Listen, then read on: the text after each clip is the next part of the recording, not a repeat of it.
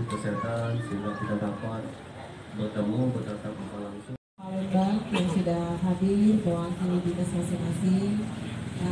Saya lihat boleh deh Bapak Pak Camat apa masalah dulu dengan Bapak Ibu supaya misalnya ada sumbatan-sumbatan komunikasi yang kemarin nak tanya ke dengan siapa, nak disampaikan ke dengan siapa, atau mungkin sudah tak sampai ke dengan Pak Camat tapi belum terrealisasi, nak diadu ke sama Pak Lurah tapi belum terwujud. Nah, mudah-mudahan dengan adanya silaturahmi ini kita bisa menjembatani persoalan-persoalan dengan warga.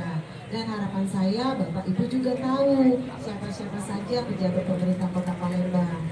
Sebenarnya kalau harapan saya sendiri Pak, pada kesempatan yang berbahagia ini saya ingin seluruh pejabat ini hadir. 3 bulan, 5 bulan yang lalu itu dia sudah seriusan sebenarnya kita ini. Cuma kebetulan waktu itu Bapak yang lewat dengan Bapak ya, seperti itu. Saya akan jawab Bu. Sekarang ini warga yang telah memiliki kartu Indonesia Sehat itu 99,93%